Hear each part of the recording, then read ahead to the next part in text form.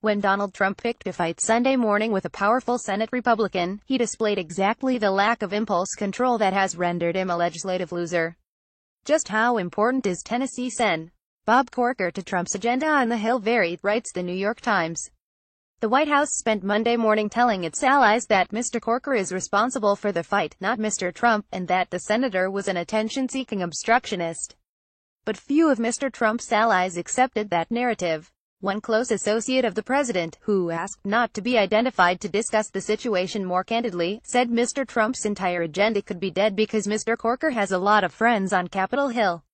As chairman of the Foreign Relations Committee, Mr. Corker could single-handedly block the confirmation of a new Secretary of State should Mr. Trump push out his embattled chief diplomat, Rex W. Tillerson, and he could bottle up other appointments. He would presumably play a key role in any decision on whether to tear up the Iran nuclear deal. And as a longtime deficit hawk, he could also become a challenge for Mr. Trump as the president seeks to pass deep tax cuts that would add hundreds of billions of dollars to the national debt. That was the sentiment Senate Leader Mitch McConnell relayed when he was asked about Corker's comments.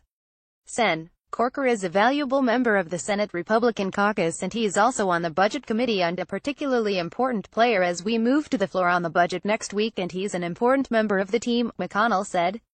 It's cute that McConnell still thinks subtlety can penetrate Trump's obtuseness, but as McConnell's statements go, that's about as blunt as it gets. 1. Corker is powerful. 2. He holds the keys to the Trump's budget. 3.